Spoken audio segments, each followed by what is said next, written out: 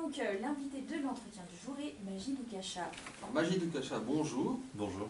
À croire que vous allez être un invité régulier de la matinale de Radio Liberté et peut-être donc des différentes émissions et du journal de TV Liberté, puisque, semble-t-il, l'islam a décidé de s'inscrire, on peut dire, dans l'actualité quotidienne en France, avec, on va dire, un épisode assez récent, puisque ça faisait encore l'actualité ce matin, qui est l'épisode, on va dire, du Burkini, puisque le tribunal administratif de Nice a décidé, donc, dans son jugement rendu hier, que les arrêtés municipaux pris par un certain nombre de communes des Alpes-Maritimes interdisant donc le port du burkini sur leur plage étaient valides. Alors, est-ce que c'est une nouvelle manifestation de l'islamisation de la France et faut-il accorder autant d'importance à cette question du burkini, selon vous? Alors pour moi, c'est un symptôme, le burkini, en fait. Dans l'absolu, moi, je comprends tout à fait ceux qui sont contre le fait qu'il y ait des femmes qui puissent le porter sur les plages. Moi, je n'étais pas pour l'interdiction. J'estime que ça ne fait pas reculer d'un iota l'islamisation de la France. Je suis un ancien musulman qui me bat pour essayer de sensibiliser mes compatriotes à faire en sorte qu'ils puissent voir la réalité, à savoir que la France s'islamise populationnellement, culturellement, et dans la mesure où on est dans une démocratie, ça a un impact nécessairement politiquement et juridiquement. Mais si vous voulez, cette combinaison de surf avec cagoule qui laisse le visage apparent, les mains apparentes et les pieds apparents, pour moi il faut être cohérent. Si on l'interdit sur la plage, au prétexte que c'est dégradant pour l'image ou le corps de la femme, eh bien, il faut l'interdire de l'autre côté de la plage, côté ville, puisqu'il y a des femmes qui portent exactement la même chose, une tenue aussi complète, avec un hijab qui souvent ne laisse que le visage apparent. Donc il faudrait savoir, côté ville, dans un parc public, qui est un lieu d'amusement différent de la plage, vous remplacez voilà, le sable par de l'herbe, c'est toléré, et côté plage, c'est pas toléré. Moi, je pense que cet épisode va juste aider les islamistes à se victimiser encore plus, à être du côté de la liberté de se vêtir comme les gens le veulent. Voilà, et moi, j'estime effectivement que juste cacher un symptôme, ça n'enlève pas un iota d'islamisation.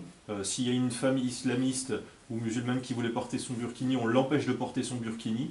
Ça ne va pas l'empêcher d'avoir les mêmes convictions, ça ne va pas l'empêcher d'avoir le même parcours de vie qui va participer, telle une pierre, à la mosaïque de l'islamisation de la France. Voilà, donc moi je pense que c'est cacher un symptôme tout simplement, mais à moyen et long terme, à court terme c'est sûrement satisfaisant, mais à moyen et long terme ça n'est pas... Autant si on comprend bien ce que vous dites, et c'est fort possible, puisque il se peut que les familles, justement, ou les associations islamistes qui se servent du burkini, justement en allant contre les décisions de certains tribunaux administratifs, donc en portant l'affaire devant le Conseil d'État et éventuellement devant certaines juridictions européennes pour faire condamner la France. Justement, oui, au nom d'atteinte aux libertés, à la liberté de se vêtir. Oui, mais en France, il y a des lois très bizarres du genre trouble à l'ordre public. Moi, avec trouble à l'ordre public et avec une autre loi qui est incitation à la haine, je vous crée un état totalitaire sans problème. Enfin, je veux dire, potentiellement trouble à l'ordre public, on peut tout interdire, et au prétexte de non-incitation à la haine, potentiellement on peut tout interdire. Il y a des lois qui sont de l'ordre du moralisme avec un degré d'interprétation. Moi, je voudrais des lois binaires, brutes et très claires. Et il y a des lois qui relèvent voilà, simplement de l'idée de... Il y a 1000 façons de les appliquer, 1000 façons de les comprendre. Et moi, je pense qu'effectivement, limite parfois, je me dis, il vaudrait mieux les laisser en burkini tout simplement sur la plage. Moi, ça m'embête quand je vais sur une plage. Je déteste ce vêtement qui est une insulte voilà, fait à l'égalité homme-femme ou tout simplement à... Voilà, c'est un vêtement pour moi qui culpabilise la beauté des femmes, et effectivement je me doute bien que les islamistes aiment à savoir que des femmes puissent porter ça pour pouvoir se montrer dans l'espace public. C'est comme ça qu'ils dominent, c'est comme ça qu'ils réussissent à gouverner. Mais moi j'estime effectivement que si on laissait les femmes porter ce vêtement, limite, au moins ça montrerait la réalité de l'islamisation de la France aux Français tout simplement. Oui, parce qu'on a l'impression que, comme vous dites à juste titre, que là certains politiques, certains maires sont très en pointe contre le port du burkini sur leur plage, mais le reste de l'année, comme vous dites, le fait que parfois le port, au-delà du hijab, même du voile intégral ou de la burqa dans certaines communes, et un nombre important de communes en France, ne semble pas leur poser de problème, et là pour le coup n'appliquent pas, ont des difficultés à appliquer la loi, alors que c'est le rôle normalement d'un maire, parce qu'il est le premier officier de police judiciaire de sa commune d'appliquer la loi, on a l'impression qu'ils ont des difficultés à appliquer la loi, qui est l'interdiction, là pour le coup, du voile intégral dans l'espace public. Alors c'est autre chose, la burqa, le voile intégral, c'est-à-dire le visage caché, pour moi c'est une question de sécurité, et même d'ordre anthropologique et civilisationnel, c'est-à-dire on a besoin de voir le visage des gens, c'est même un marqueur de socialisation, c'est-à-dire une femme dans la rue marche, elle croise sa copine, hop, il y a une discussion qui s'entame, je veux dire, dans une société où il n'y a que des femmes en burqa, il n'y a pas de possibilité de reconnaître son amie Hakima dans la rue comme ça, voilà, mais en l'occurrence, pour moi, le burkini dans l'absolu, ça peut être une combinaison de surf avec des voilures de désaérodynamisme et une cagoule.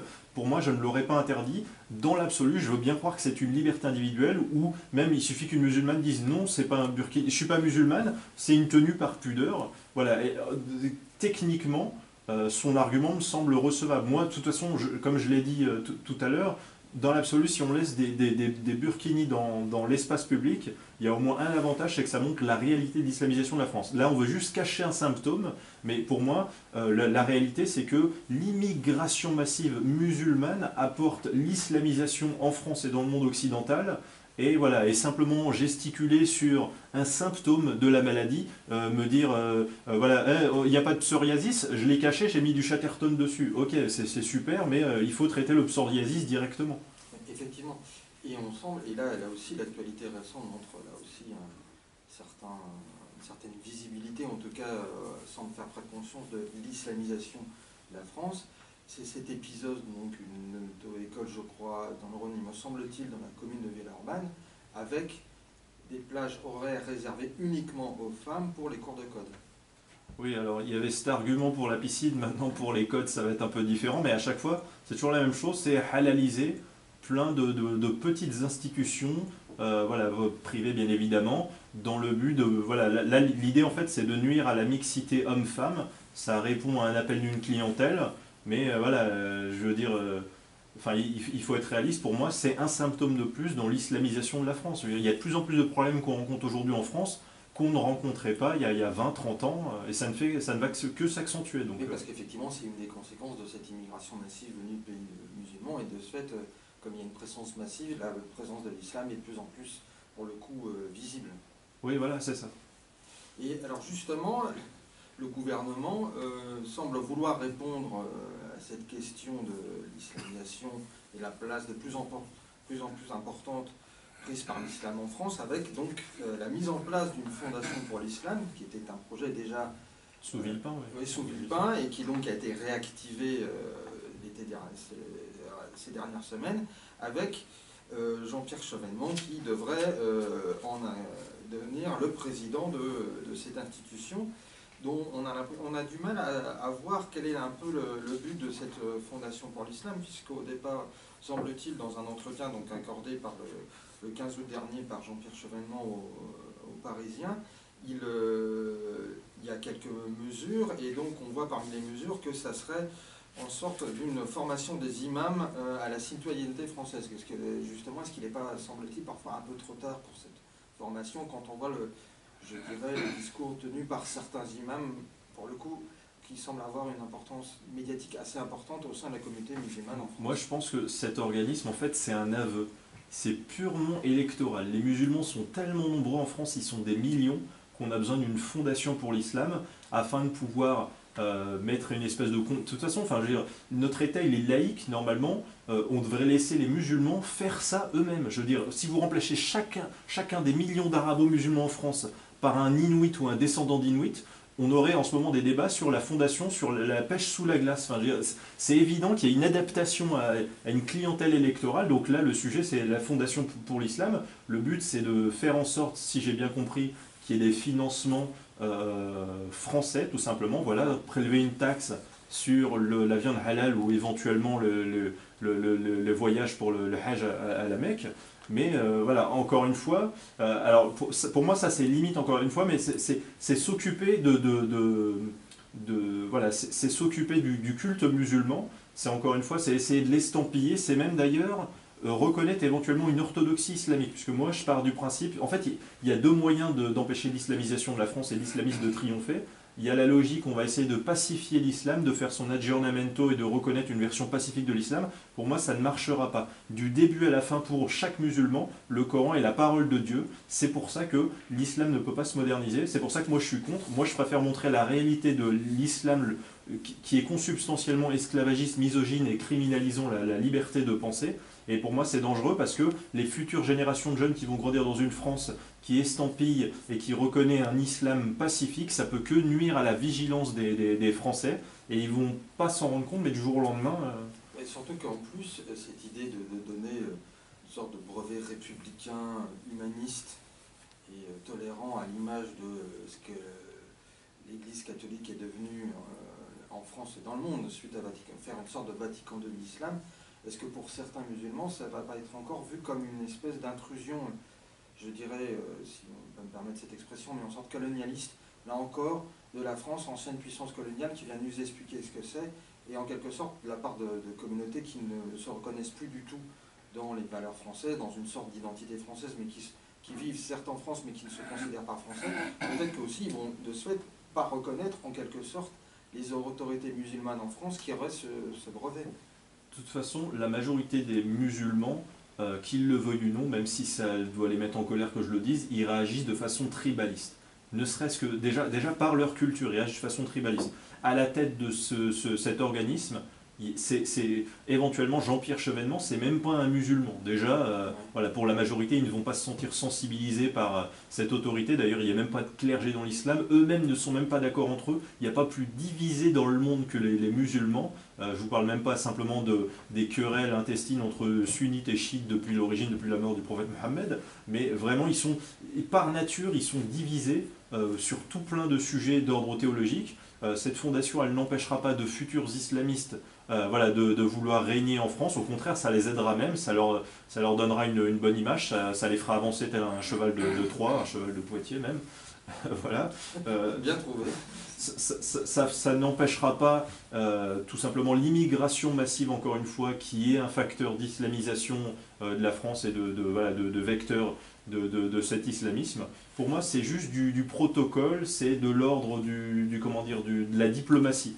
Voilà, mais ça ne change rien au contenu des manuels d'enseignement dans les mosquées. Et ces manuels, c'est tout simplement Coran et Hadith. Voilà, c'est les livres principaux. C'est ça qu'on enseigne aux enfants, aux jeunes dans les mosquées. Ce sont des livres misogynes, esclavagistes et qui criminalisent la liberté de conscience. Et si quelqu'un me dit « Ah, bah la Bible, tu crois que c'est mieux ?» La Bible a pour auteur des saints, des hommes tout simplement. Il y a une possibilité de distance critique de la part de chrétiens. Ça se vérifie même tout simplement aujourd'hui dans le monde. C'est-à-dire les terres où il fait le mieux vivre quand on est une femme par exemple ou quand on est un libre penseur, c'est des terres chrétiennes ou juives ou judéo-chrétiennes à travers le monde. Mais l'islam n'a jamais fait la preuve de ça. Pour l'instant, on est juste en train de conjecturer, mais ça ne marchera pas encore une fois. La raison, c'est le Coran, tout simplement. Voilà, c'est ça pour des gens qui, on va dire, dans l'univers mental est resté bloqué au 7e siècle de l'ère chrétienne, c'est-à-dire les fondateurs de l'islam, voilà, le paradoxe, c'est de vouloir en quelque sorte faire accepter donc à ces gens qui sont restés, parce que c'est, on va dire, pour schématiser un peu l'axe de l'islam, faire accepter tout un travail que l'Église catholique et les chrétiens ont fait en Europe, mais ça a pris du temps et parfois c'était très difficile. Oui, parfois c'était même forcé d'ailleurs aussi avec l'État français qui s'est laïcisé. Alors, en 1905, c'est qu'au-delà de la loi de la séparation de l'Église et de l'État, il y avait la loi dite des inventaires. Il faut se rappeler que la loi dite des inventaires, il y a eu des conflits très durs entre la police et la gendarmerie et le gouvernement de la Troisième République et les catholiques. Et pourtant, malgré tout, et en plus, est-ce que le problème ne vient-il pas du fait que souvent la conception que l'on a, même en France ou ailleurs dans le monde occidental et dans le monde européen, c'est que la laïcité, en fait, ça correspond à l'univers chrétien dans le sens la séparation de l'Église et de l'État, c'est-à-dire le fameux verset « rendre à Dieu ce qui est à Dieu et à César ce qui est à César », alors qu'on a l'impression que dans l'islam, cette séparation n'existe pas. Non, effectivement, elle n'existe pas. Et puis de toute façon, créer des institutions, encore une fois, ça n'empêchera pas la réalité de l'éducation islamique au sein de foyers musulmans. Je veux dire, tout musulman sait depuis tout petit qu'il y a le paradis et l'enfer, que le paradis n'est accessible qu'aux musulmans, et que l'enfer c'est pour les non-musulmans. Je veux dire, si du jour au lendemain l'État français devait reconnaître cette version de l'islam, ce serait un choc pour le peuple français, puisqu'il reconnaîtrait que des millions de leurs compatriotes considèrent que, quoi qu'ils fassent de toute façon, ils sont destinés à un enfer éternel juste pour des convictions illicites. Je veux dire, pour moi, le vivre ensemble n'est pas possible. De toute façon, ça se vérifie même cliniquement, historiquement.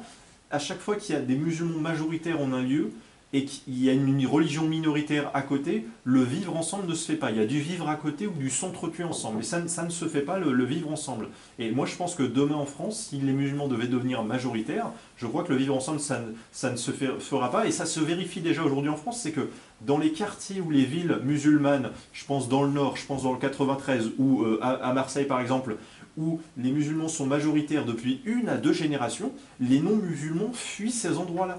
Quand ils en ont les moyens, ils les fuient. Je veux dire, c'est de l'ordre, c'est sociologique, c'est quasi naturel. On ne peut pas nier la naturelle disposition des gens à préférer certains types de voisins plutôt que d'autres. Vous avez des amis et des voisins, ils vous ressemblent un minimum. L'islam, c'est pas juste une culture importée différente de la nôtre, c'est une culture opposée à la nôtre, opposée à nos idéaux. Et le problème, c'est que si vous faites venir un Vietnamien en France, ou un Chinois par exemple, et qui va devenir français, sa culture d'origine va apporter une nuance à sa francité. Mais quand vous faites venir l'islam en France, c'est carrément une culture opposée à la nôtre. C'est une culture misogyne, c'est une culture de négation de l'individu par le groupe, et c'est une culture qui criminalise la liberté de penser, soit l'antithèse de nos valeurs. Écoutez, merci Majid Oukachab pour tous ces éclairages, et je pense qu'on vous le recevra très prochainement sur les ondes de Radio Liberté. Merci à vous. Merci beaucoup.